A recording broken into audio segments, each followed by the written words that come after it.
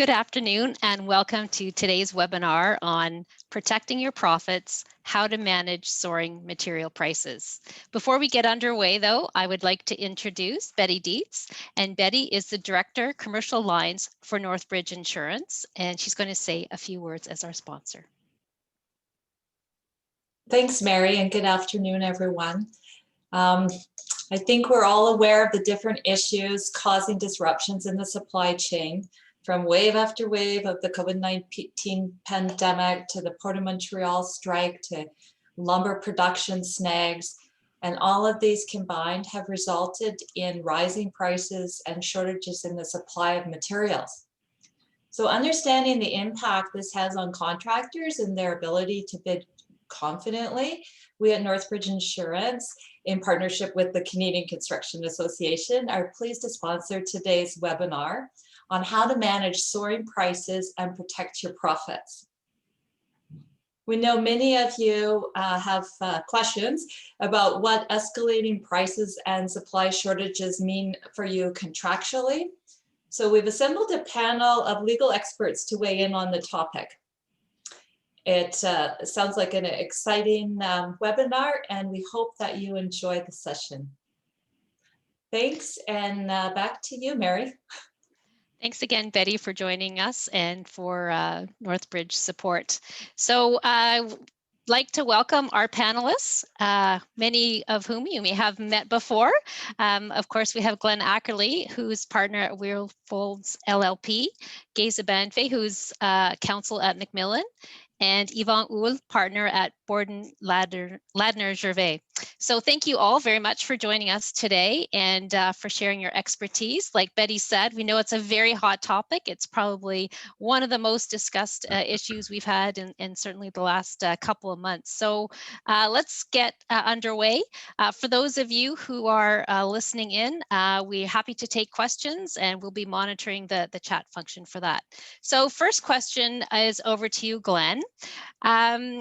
We know, of course, there are lots of reasons for why there's a shortage, everything from the pine beetle problem to global shortages due to the pandemic. So maybe you could talk a little bit about, why we are seeing these price escalations, and what are some of the impacts that contractors are seeing on their businesses? Sure, thanks, Mary, and great to be here. Why don't we sort of start by picking up where you and Betty left off, which is talking about the state of the union, the lay of the land, so to speak. But before that, I just want to make sure that we're all clear that today is going to be talking about really two scenarios. One is the situation with current contracts that are underway that are being impacted, and then we'll also look at future contracts and things that could be done to try to mitigate or improve the situation with this price escalation phenomenon for future-proofing those contracts. So we're going to talk about both, I think. But starting with what we're facing right now. So working from the bottom of the supply chain up to the top, if you think of manufacturers, as you pointed out, there's been this incredible pressure on prices on commodities that affect construction cost. And this is what, of course, we're facing. So lumber being one, we're all familiar. The price of lumber has skyrocketed. I took some time to look into what that really means. And just from March 2020 to March 2021, basically this past year of the pandemic, the cost has doubled, absolutely doubled. And that's lumber, OSB, particle board, all sorts of materials. So that's the result of mills having been shut down during the pandemic, and then they get reopened again, but they have to catch up. So there's just far more demand than supply, which is causing the spike. Similar situation with steel. It's the other one everybody's talking about, the other commodity. Dofasco and Stelco. I was thinking, well, how do you mitigate against these costs? You invest in those companies. I couldn't believe, I checked the stock price of Dofasco and Stelco a year ago, March to May last year, is $4 to $6. They're now $30 to $35 a share. So they're certainly benefiting on that side, but the problem is demand. The demand across the US from them opening up and starting their infrastructure program, the demand in China has really driven up prices, as well as manufacturing challenges. There was a fire, as many of you know, at the Dofasco plant in Hamilton at Christmas. That caused some slowdown.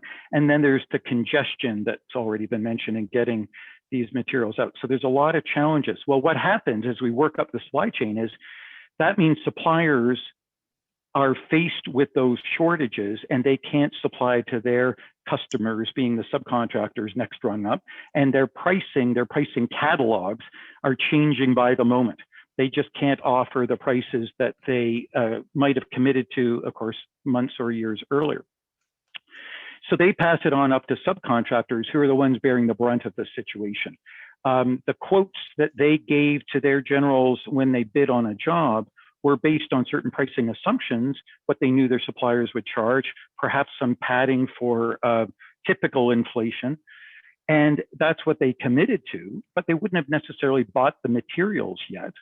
They just know that's what it's going to cost. So these increases we're talking about here have spiked so much they wouldn't have been anticipated. They wouldn't have been built into those prices. And because of that, they couldn't hedge or stockpile those materials either, which has been the problem. It's just not available. You can't, in advance, knowing you need a whole bunch of sheet steel or lumber or framing or whatever it is, you don't go and stockpile it in advance because it isn't available. There's too much demand. So when it is time to use those materials and order them from your supplier, of course, you face these increases that I've seen could be 15% a month is what they're facing. So what does a sub do? Where does the money come from to pay that increase? Well, of course, they try to pass it upstream, which brings you to the general contractors. And what they do, of course, is take that claim, they run it up to the owner and say, here's a cost claim. The owner will shut it down. We'll get into the whys. They're going to talk about contracts in a minute or two. But then the general shrugs and says to the sub, well, you get what I get from the owner. And since I didn't get anything, you don't get anything. So it ends up to a large extent landing on the sub's lap, unfortunately, is the experience. And depending on the severity of this increase in what we're talking about, this could be very severe, have a severe impact on the project. I mean, it puts these subs in a precarious position, of course, and they even put the project in jeopardy. Certainly puts the profits on the job at risk. I've had clients, subcontractor clients, who are looking at just losing significant amounts of money if they see this job through the completion without any sort of adjustment. So it's a pretty dire situation in on certain projects, and certainly not sustainable over the long term. Finally, just in terms of the owner level, at the very top of this process, of course, they're largely unsympathetic. In the absence of a contractual hook that you can hang a claim onto and recover from the owner, and we'll talk about some of those in a minute, the price itself is usually a risk taken on at the time of the initial contract, and that's allocated not to the owner, but to subcontractors and the contractors. The form of contract, though, is so important, as we'll talk about. If it's the type of contract that's a time and material contract, then of course, this is far less of a risk. The owner does pay for it. But if it's any kind of fixed price contract, that's where the problem starts. Thank you for laying that groundwork so thoroughly. Yvan or Geza, anything you wanted to add to what Glenn said is the stage for price increases and some of the reasons? Yvan, go ahead. You're on mute. Sorry, yeah, sorry. Well, I think that Glenn's summarized the situation. I can say that, oftentimes being here in Quebec, we kind of, see if there's not some kind of a special context that kind of warrants a different approach or different considerations. And we'll talk about the legal aspects in a second, but just generally speaking, the market, et cetera, the contractors, subcontractors, suppliers in Quebec are facing the exact same constraints that are being faced elsewhere. There's nothing particular that's that's Quebec specific, if you will. The one other aspect I think that has to be factored into this are labor costs, right? There's a big issue with respect to availability of labor. That's pushing up costs, across the board. So that's another factor I think that falls into the realm of some of the considerations that we're talking about today. Yeah, and this has some knock-on effects in addition to those that Glenn talked about. For example, procurement. There is now significant pressure, I've noticed, from various construction associations upon procuring authorities to hold the line on the time period over which bids are to remain outstanding and open for acceptance, because a long bid acceptance period can really put the contractor at a disadvantage. And so, there's that. So there are repercussions and implications all over the place. I do like, and it's worth repeating, Glenn's basic point that we'll talk about as we go, namely this distinction between contracts that are there, current contracts, and then future contracts. And and the two are, the question is really a different one, depending on whether you're dealing with a contract into which you are locked versus a contract that you are considering entering into. So we can talk about that as we go. Yeah, thank you for that. And that was actually one of the questions, was how do you address price escalation during the bidding phase of a project? And Geza, you touched on that with, one ask is to have a shorter period or a longer period, depending on what you think the outlook of the prices will be. So Geza, that leads into you and a question for you, which is, you've obviously been working a long time on CCDC documents, and thank you for all that volunteer work that you do on behalf of the industry. And maybe talk to us about those contracts and some of the clauses that are in CCDC 2 or CCA 1 that can help the contractors, or maybe even some downsides that they may not be aware of as they try to protect themselves for price increases. Yeah.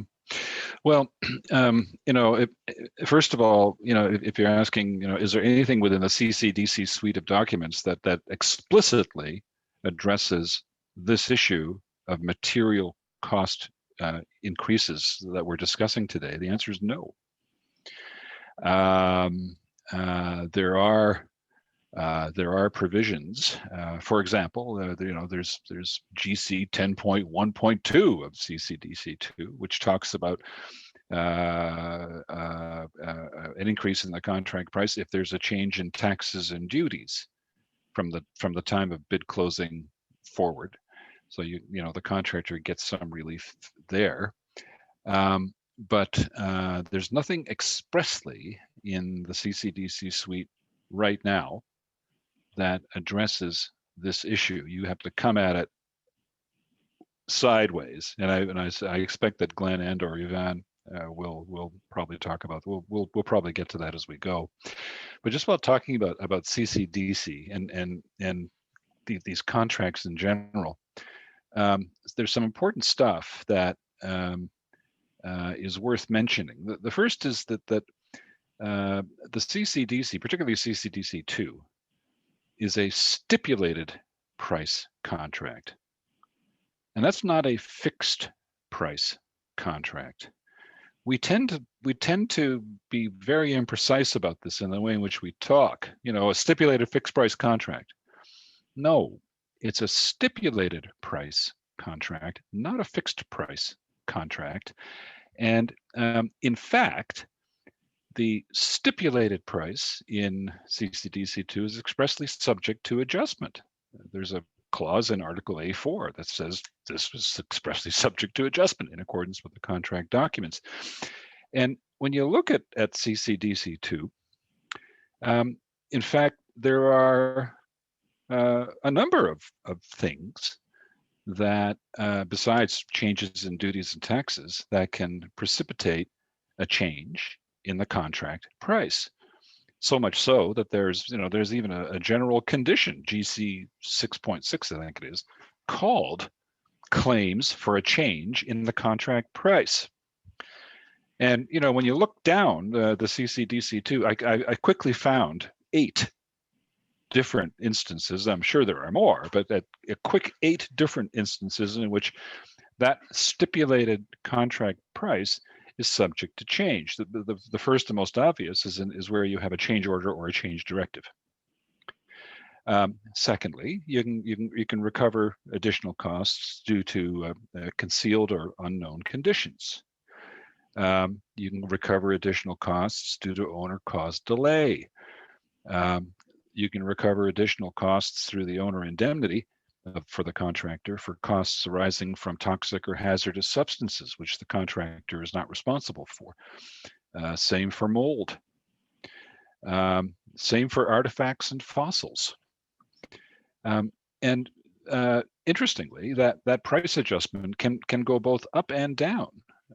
You can have downward contract price adjustments, for example, where you have a cash allowance that is not spent, or where you have a contingency allowance that isn't fully used. And then CCDC expressly contemplates an adjustment of the contract price to credit the owner back for those unused portions of the allowances, cash allowances, and contingencies. So the point is that CCDC already recognizes the principle that a stipulated price is not necessarily fixed, and it is subject to change due to circumstances or events that occur after the contract is entered into. So when we're having this discussion about contracts and CCDC in particular, and whether or not CCDC should include a provision that deals with material price increases following bid, it's not a discussion about the principle of whether or not the price should be subject to change. That ship sailed a long time ago. It's a discussion about whether this particular circumstance, material price escalations, should be added to the list of events or circumstances that should give rise to a change in the stipulated price. That's the real question. If you're, should CCDC do this? Well, ultimately it's a question for CCDC, and it's important to remember that, because the way CCDC operates is it's a consensus. It operates on a consensus basis, and everybody around that table, including owners and contractors, have to agree. So there's always that constraint. In my own view, should CCDC consider this issue? I think they should, and there are a number of reasons for it. First of all, I think Glenn alluded to this. This problem is not new. It keeps recurring. I mean, I have in front of me here something that I received a while ago. It's a circular jointly put out by the Ontario road builders, the sewer and water main people, the heavy construction people, the foundation specialists, and the OGCA, and it's directed to buyers of construction services, and it's about the volatility of steel prices. And this thing is dated March 18, 2004. And this is just one example. All of us of a certain age can remember that this kind of problem seems to come up every 10, 15 years or so for one reason or another.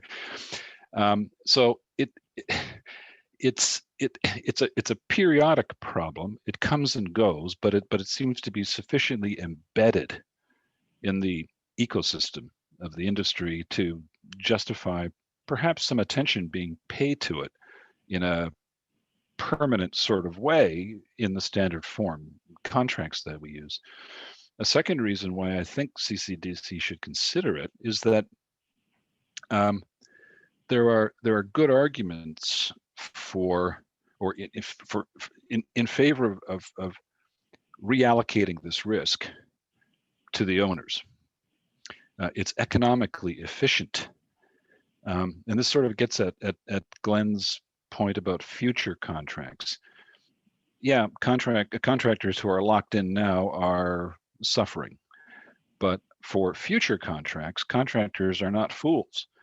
They will do the best they can to anticipate price increases, and they will build that into their prices as a kind of insurance, which may or may not ever be necessary.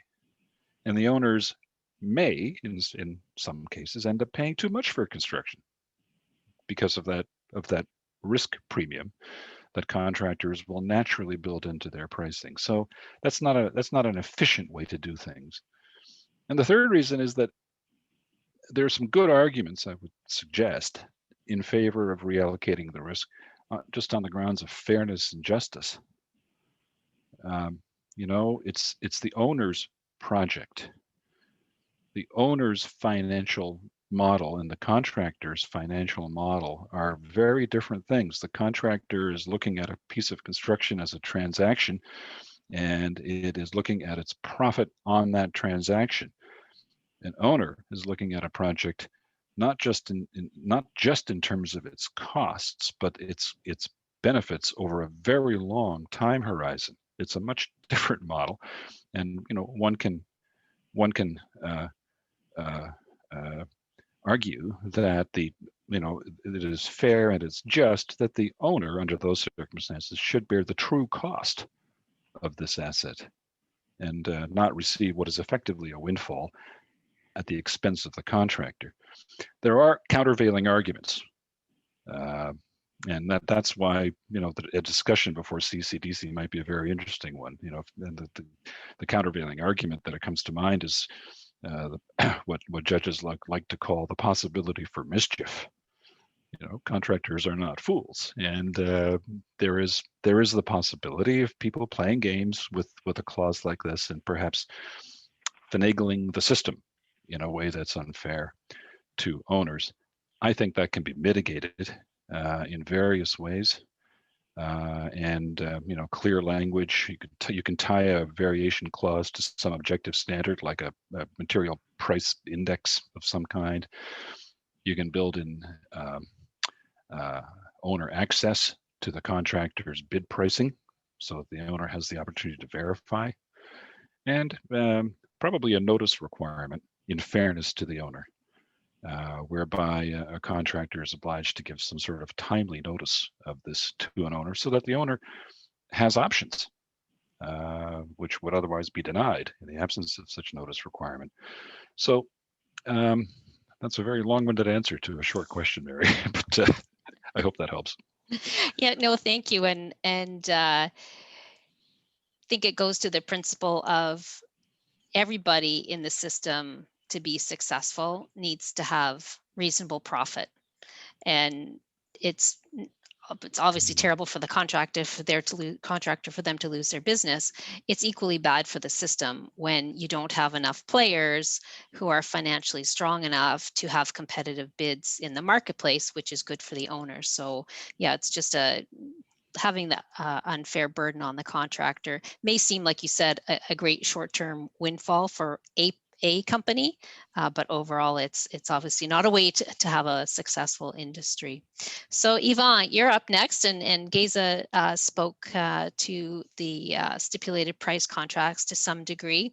So any expanded thoughts on how can contractors who are working on existing contractors help to prepare themselves better, whether they're in the bidding phase or they've already got a contract signed? What can they do? Well, and as Geza indicated, for existing contracts, there's a major hurdle that the contractors are faced, is that they're basically stuck with the pricing that they've given, subject to the exceptions which Geza has indicated. But again, I hearken back to the to the Quebec experience, and there's been as some of you may know, there's this whole notion of good faith, the duty to act in good faith, which is very prevalent under pursuant to the Civil Code. And recently as 2018, the Supreme Court of Canada has, given some consideration to this whole issue in a little bit of a different context, but it's what the Supreme Court's told us is very interesting. And the context is in the case, the contractual dispute between Hydro-Quebec and the Churchill Falls, Newfoundland, Labrador hydro contract, which harkens back to 1969 when a deal was struck between Hydro-Quebec and Newfoundland, where Hydro-Quebec would purchase electricity at fixed prices based on 1969 pricing for a long-term contract. Turns out that the market price of hydro has increased exponentially since then, with the result that Hydro-Quebec is purchasing this hydroelectricity from Newfoundland at bargain prices and able to resell it to the states of New York and then Maine and New Hampshire at very increased premiums. So Newfoundland challenged a contract on the basis that it was unfair, and they invoked this notion of in civil code what we call imprévision, which is translated into unforeseeability. So in other words, the argument was made essentially that at the time in 1969, the market prices which were set were, they were objectively determined. They were assessed to being fair, but the market, for all sorts of reasons, the Hydro-Quebec sphere has increased, and Newfoundland was arguing that the contract was, as a result, unfair. And they invoked this doctrine of imprévision or unforeseeability. And the reason they invoked that in the context of the challenge before the Quebec courts is that under the civil law, there is this notion. In France, this notion of unforeseeability is recognized, and it allows a court to reopen a contract, and there's certain parameters that are set for that when there's an issue about an imbalance, contractual imbalance, which is created. Unfortunately, the civil code, the Quebec Civil Code, when it was amended back in 2004, the provincial government did not adopt that expressly in the new civil code. So the argument was made on behalf of Hydro-Quebec that the doctrine doesn't apply in Quebec.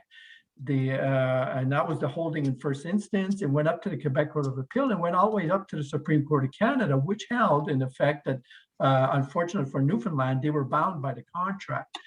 But what the court did say is that they said, although the doctrine of unforeseeability doesn't apply in Quebec, the notion of good faith, which permeates the civil code or overrides all of the contractual obligations under the civil code, could open the door to a potential argument to the effect that if a party's conduct is so unreasonable to constitute bad faith, the court could intervene and realign the contractual obligations. The argument there would be essentially that in the context, for example, the context that we're in now, where nobody foresaw what was going to happen with respect to pricing, it's unfair for the owners to stick to their guns and require that the contractors abide or adhere strictly to the pricing that was provided at the outset. Whether that'll fly or not, there remains to be seen, but it was interesting to see that the Supreme Court did open the door with respect to a Quebec case anyways, in that respect. And that goes back to what Geza was saying about the fact that when we're talking about the CCDC, we're talking about a stipulated price contract. So as he indicated, as a premise, the contract recognizes that there can be changes. So to the extent that in the context of the pandemic, we can make an argument where perhaps a contractor is facing a potentially insolvency as a result of a pricing issue. The argument could be made that in those particular circumstances, the fact that the owners requiring that the contractor adhere to the contract constitutes bad faith. That would be a civil law approach. And Glenn and Geza are certainly fully aware that there's a little bit of a movement in foot now in the common law where the notion of good faith in contractual matters is starting to make some headway. So whether or not a similar notion could be invoked in the common law jurisdictions remains to be seen. But that's certainly one, to use, I think it was Glenn who was saying, the legal hook, if you will, that could be invoked in particular circumstances to try to get around an existing contract. Looking forward, future contracts, I share Geza's view that I think that this is something that's a recurring problem. It's a little bit like a game of whack-a-mole. It pops up every 10 years, every 14 years. Some commodity somewhere causes an issue. And I think, the CCDC at the very least should seize itself of the question and bring it forward to the committee, see if there's any appetite to provide something in the contracts to deal with that. And so that, going forward, these unfair situations would hopefully be mitigated to a certain degree by a contractual mechanism. Yeah, thank you for Yvan. And there's a question that may make sense for you, or you can feel free to phone a friend. So the question is, does a CCDC2 contract with the general contractor requiring a bid bond change the stipulated to fixed? And it goes on to say that the bid validity period is critical for all players, owners, procurement authority, GC subs, and suppliers to review and meet. Well, and I guess that depends if you're a surety or not, right? If you're underwriting the bond or not. So I think the short answer to that is no. The stipulated price, it certainly fixes matters with respect to the bid process, but going forward down the road, once the contract's signed and the bid process has lapsed, the stipulated provisions allowing for changes continue to apply irrespective. So I don't think that it transforms the true nature of the contract, if you will. No, okay. Another question is, you've probably all seen different or heard of different price escalation clauses in construction contracts. Do you want to talk about some of the better ones you've seen and some pitfalls? And maybe Glenn, I saw you nodding your head, so maybe we'll start with you. Sure. Let's do that. We can talk about the different approaches to deal with the problem in future contracts. I'd also like to circle back, pick up on what Yvan said about approaches to existing contracts that you might look at, given that just looking for a price adjustment in and of itself is a problem, as Geza explained. But in terms of mechanisms you could see putting in, Geza touched on a few. I've seen really, I'll say three. One is, as Geza mentioned, an indexing approach. So you set at the outset what the price is and a reference that if over the life of the project, certain prices then rise in relation to some reference source, whether it's a producer price index, some reputable source that says it's increased by X%, whatever the commodity is we're talking about, that the contract then recognizes an adjustment mechanism. And as we're all recognizing here today, this is the kind of thing that has come in and out of contracts over the years, different formula for those types of things. When oil prices were very volatile, and that has impacts, for example, on the cost of asphalt, there'd be formulas for asphalt pricing adjustments embedded within the contract. Of course, and one of the comments in the chat raised, well, what happens if prices go down? I mean, it's a double-edged sword, right?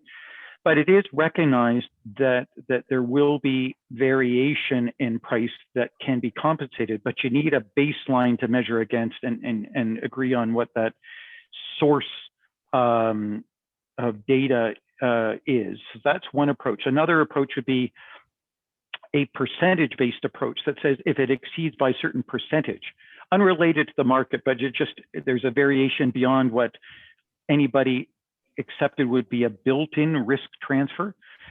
We know with unit price contracts, for example, as they exist today, if the number of units vary in actuality from the estimated units by plus or minus 15%, there's a price adjustment mechanism in the contract. Well, similarly, you could have that too. If prices of steel exceed more than X%, then there's an adjustment. So that's another route. And then something that was suggested, I know this afternoon as well, I've seen in it, and it falls on again from something Geza alluded to, is having an allowance. Because as he said, the problem is if contractors are forced to price in a prospective increase, the owner is paying for it, whether it actually comes in to being or not. And that's not very efficient. But if you set aside a price escalation allowance that is spent if needed or not spent if not needed, then it levels the playing field for everybody. So give me your price and we'll park a certain amount of money for potential price increases. Then people are competing on an even keel. So those are some different options that you might see put into a future contract. But I do want to come back and talk about some of the strategies people have used today in existing contracts to deal with this price escalation thing, if that's okay. I'll start off by saying what it isn't.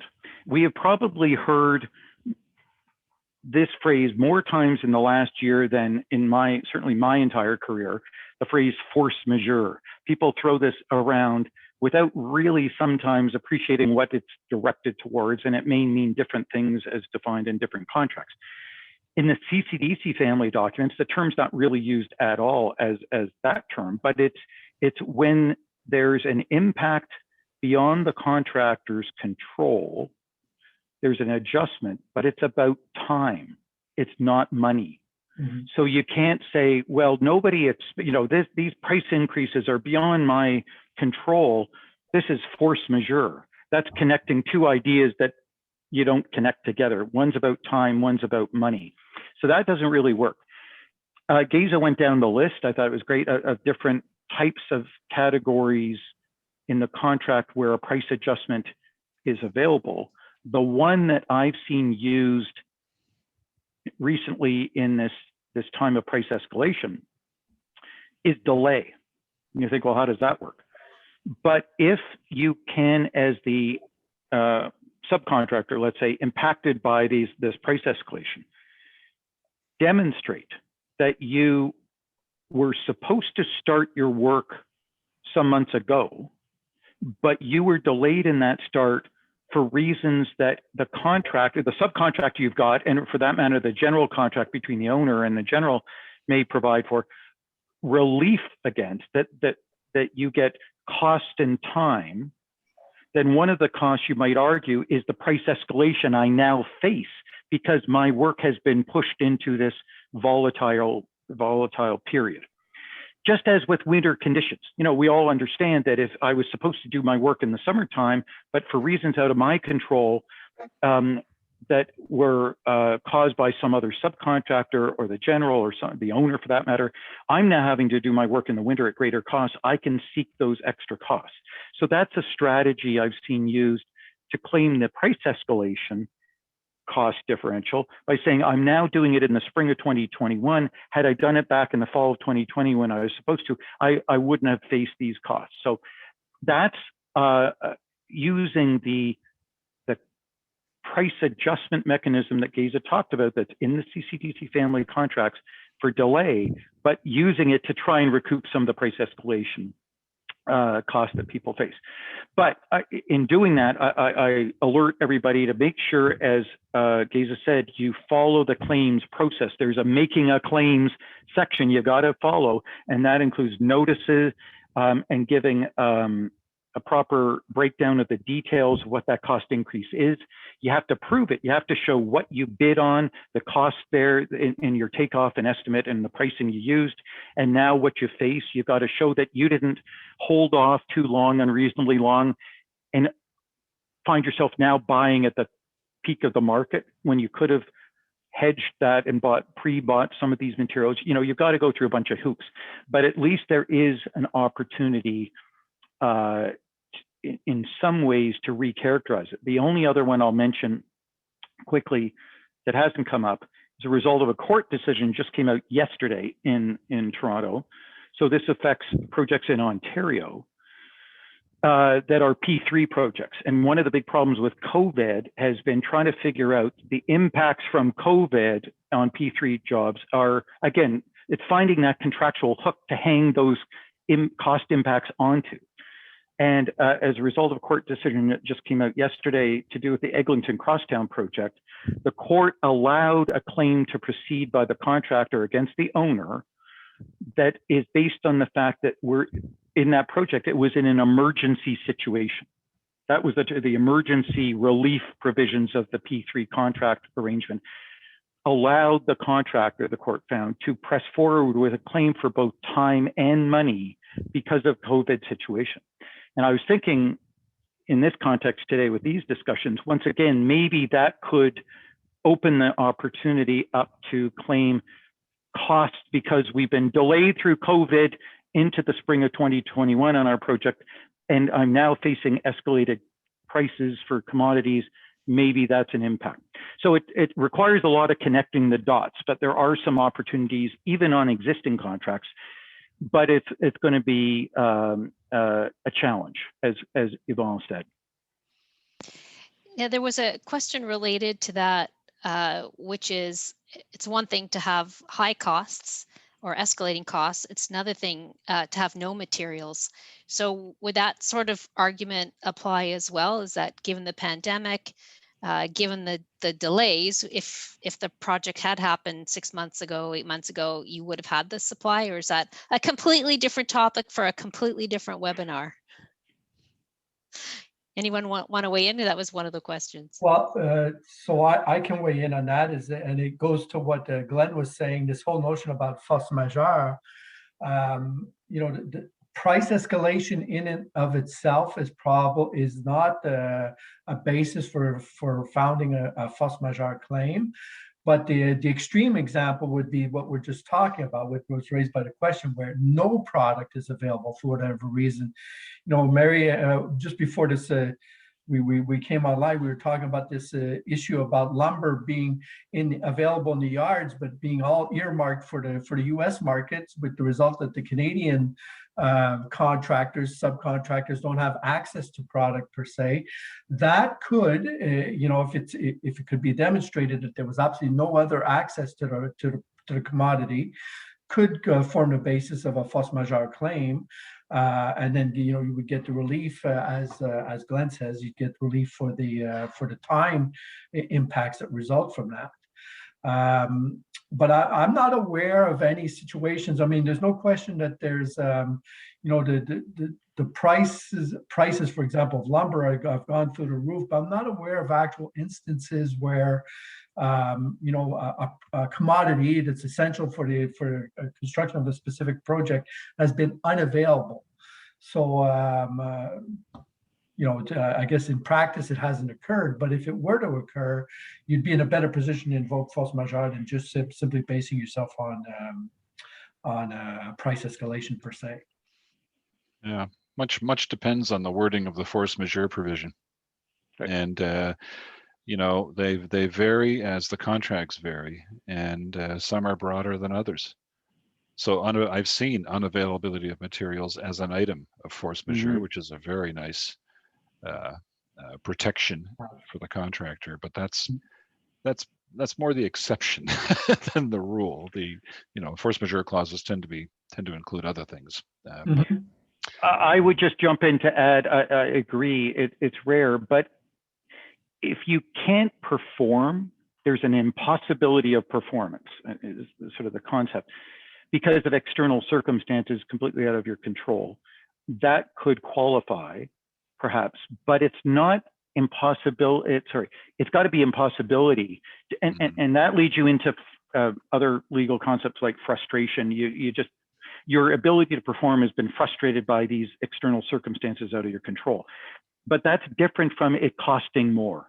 So if the material, as you said, Mary, is just not available, I can't build the building because there are no bricks, whatever it is I need. There's no concrete. That's one thing. If it's because concrete prices have tripled and I just don't want to pay that amount, that's a different argument, right? That's still on you. So you have to figure out what is making it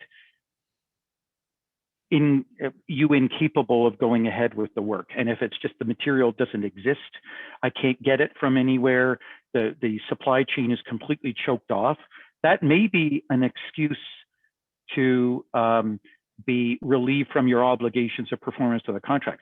But if it's simply, well, it's costing too much, I'm not going to bother, or I can't afford that, that's a different problem.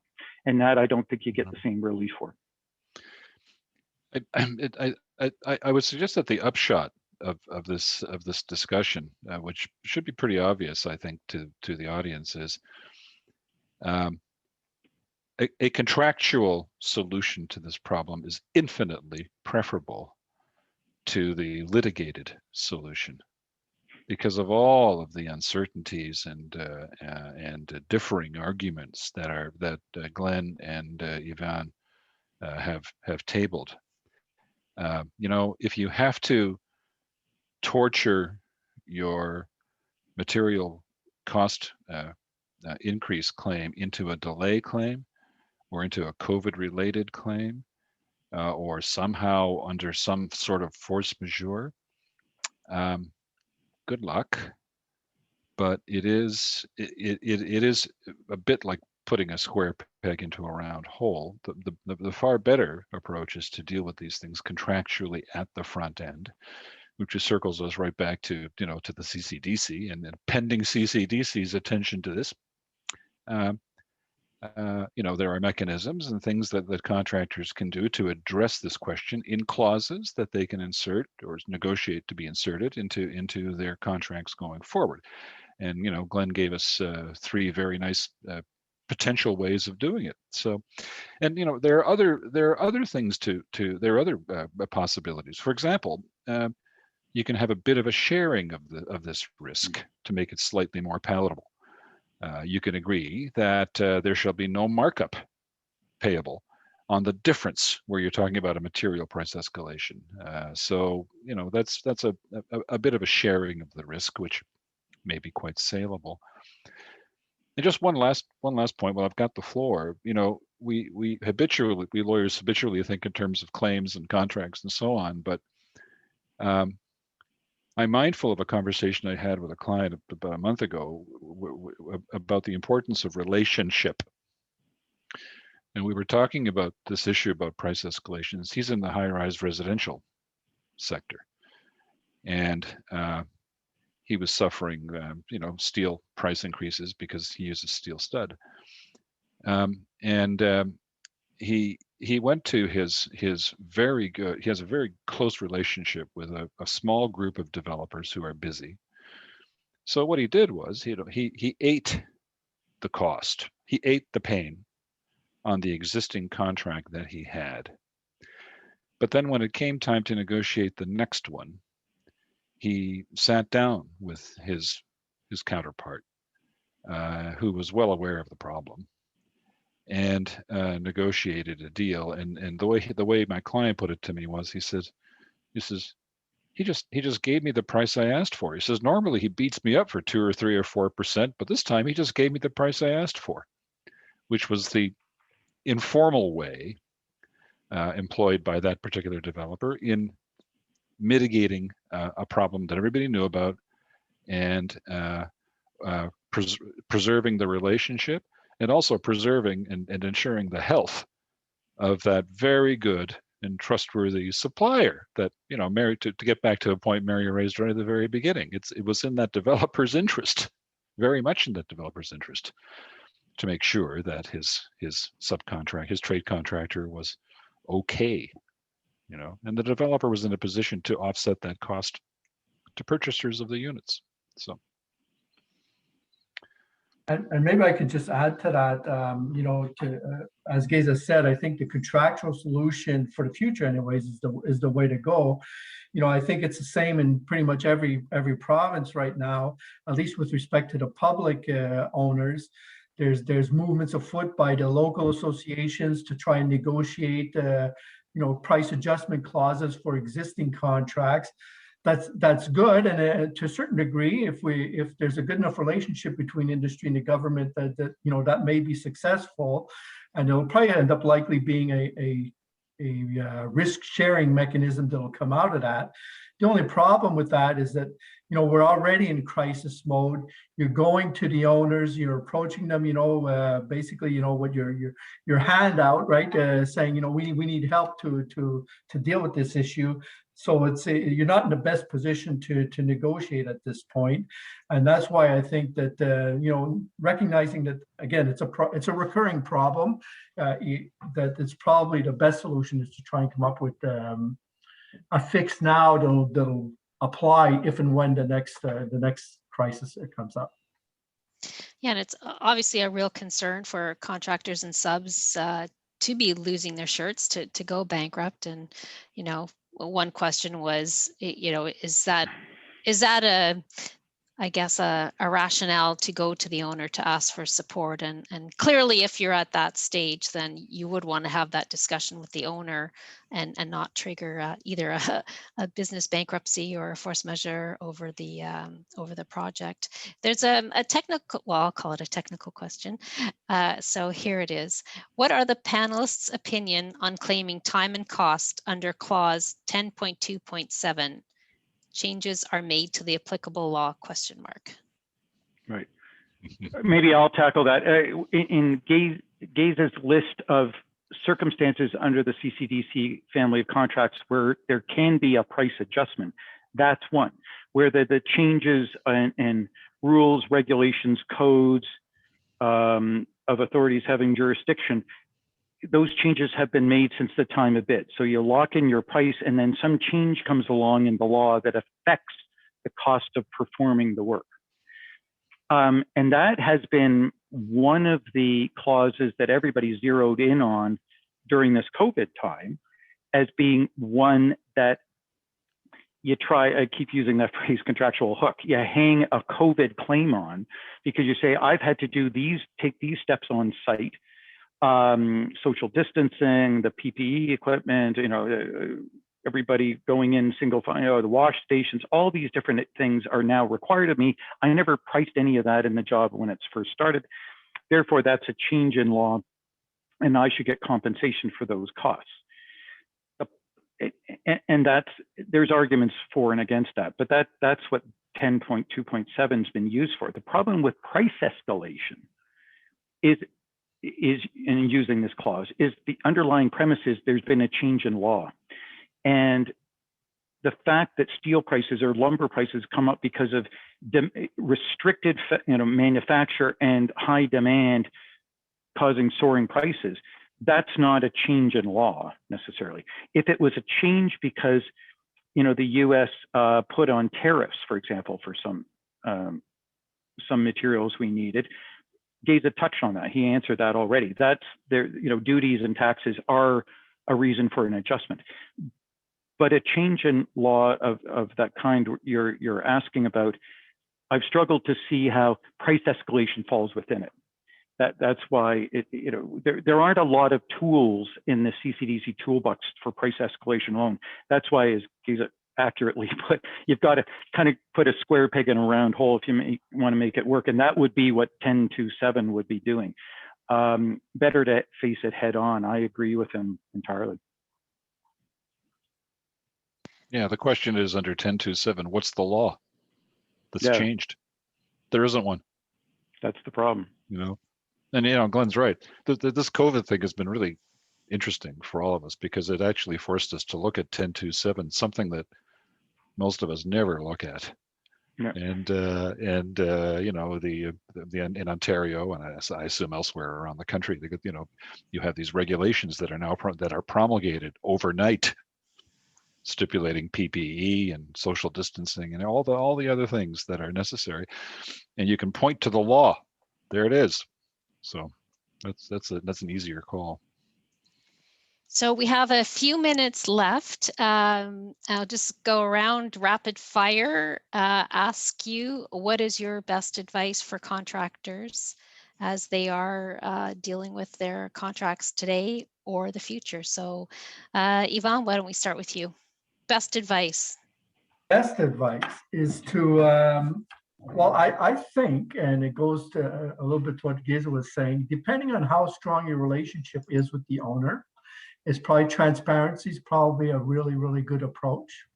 You know, and again, the premise there is that you have a good trusting relationship with the owner, sufficient that you can actually go out to him and have a fair discussion about what the impacts of price are. Failing that, I think that you know, trying to find a contractual hook or a legal hook, you know, to go back to this notion of good faith or whatever, to try and justify or support a claim is probably what's, you know, the plan B approach for this type of thing. And going forward, I think is to, you know, and I think what's going to happen is obviously once we get back to normal after COVID and everything, this whole issue will fade back into the background. It won't be an issue. But in the short term, if you're bidding on projects, look for price escalation provisions, see if there are any. And if there aren't any, you know, consider pricing in a risk factor for that. Because if there's no price escalation provision in the contract, you can be stuck with any prices or any changes in prices, which could be very detrimental. Yeah, thank you for that. And in the opening comments, when Glenn was laying the context, I don't think we talked about the U.S. Biden $3 trillion, I think it is, investment in infrastructure. So we certainly don't see the supply issue fading anytime soon. So Glenn, over to you. Well, just building on what Yvan said, I agree that with current contracts, I'll speak to those first, it is very helpful to have a transparent discussion. I mean, often bad news is kept back on projects as almost a strategy on occasion. This is one where coming forward and saying, here is how I'm hurting. It comes to your question about bankruptcy. Like if you're on the verge of bankruptcy, if you don't get some relief, it's sending the message that doesn't help you, the owner, or your project. And this could be a combination of the GC and the effective subs talking. If everybody gets hit with this, we need to at least share the pain. You have to recognize it, because the alternative will be worse. If this starts to fall apart and the project gets delayed just out of circumstance, the owner will suffer in a different way. And so you could make a value proposition argument that you're better off recognizing this is extraordinary times we're in, that there is the spike, and it is ultimately, as Geza quite insightfully pointed out, the owner's long-term asset. Contractors all go home once it's built. This is the owner's asset. So investing a little more to get that asset finished on time at lesser cost, and taking into account all the impacts, may be a better option than just letting these trades, you know, go under, perhaps. So opening up the line of communication, having that frank discussion, I think is important. Then in terms of future proofing, I think the procurement piece, we only just touched on it lightly, is an area that requires more attention. Particularly in terms of how, in these volatile times, how long the bid period, the irrevocability period, is set for. I mean, it makes no sense for an owner to demand that the bid prices are good for 90 days so they can hem and haw and, you know, consult and decide what they, when those prices are being held perhaps at the supplier level for 15 days. There's a huge disconnect there. And so bidders collectively have to say, that's not good enough. We'll give you a price, but it's good for a very short window, and then they all evaporate. So decide now, well, we can lock in. You don't want to be caught in the middle. And so that's educating owners about the problem going forward, so that they don't, so they fully appreciate they can't ask what they normally might be able to ask of bidders in terms of holding their prices. Mm-hmm. Yeah, fair statement. In COVID, you can't play by the old rules, because we're just not in a predictable environment. So things have got to adjust. So Geza, last word over to you. Well, I'm not sure I have much to add to the erudition of my friends here, except to summarize. If on new contracts, if the procurement period is unreasonably long, don't bid it. You know, if the price volatility is material to your interest, it's just not worth bidding. And hopefully that owner will learn that the strategy of extending out its procurement period for whatever reason it does that is a bad one and will change. Cover it off in new contract, cover off the risk, or try to cover off the risk with a negotiated escalation clause using one of the methods that we've talked about. And if you can't get that, price the risk by putting in the cushion as best as you can guesstimate it and hope for the best. And you know, the industry is such that some of your competitors may not do that, may go in at a much lower price, and they may fall by the wayside, and that's just a decision that you know, a prudent contractor has to make, sometimes holding your breath as you do so. For existing contracts where you're locked in, I think Glenn's advice is the best. You know, be transparent about the situation. Go to your counterparty. All this presumes that you, the contractor, have a good working relationship with your counterparty, and you can have that conversation. If you can't, then it's time to call your lawyer, and if it's that bad, and have them fashion an argument based upon one of the theories that we've talked about today, and perhaps a process along those lines will force your counterparty into a settlement that makes some sense. But that's the best we can do for you, I'm afraid. Well, thank you, Geza, Glenn, and Yvan. It's definitely been a challenging time for the industry. First of all, dealing with COVID, and now dealing with these price increases. But certainly one of the value we have seen of this industry is how well we collaborate together, share best practices, and really do our best to help our members in their continued success. So again, thank you sincerely for sharing your advice. Thank you to Northbridge as well for sponsoring this webinar, and to our contractors, please you know, keep fighting the good fight and helping us to build a better Canada. And you have some great resources here, and certainly within the industry. So again, thank you for my experts today for participating. Thank you, Mary. Thanks, Mary. Merci. Bon après-midi. Thank you. Okay. All right.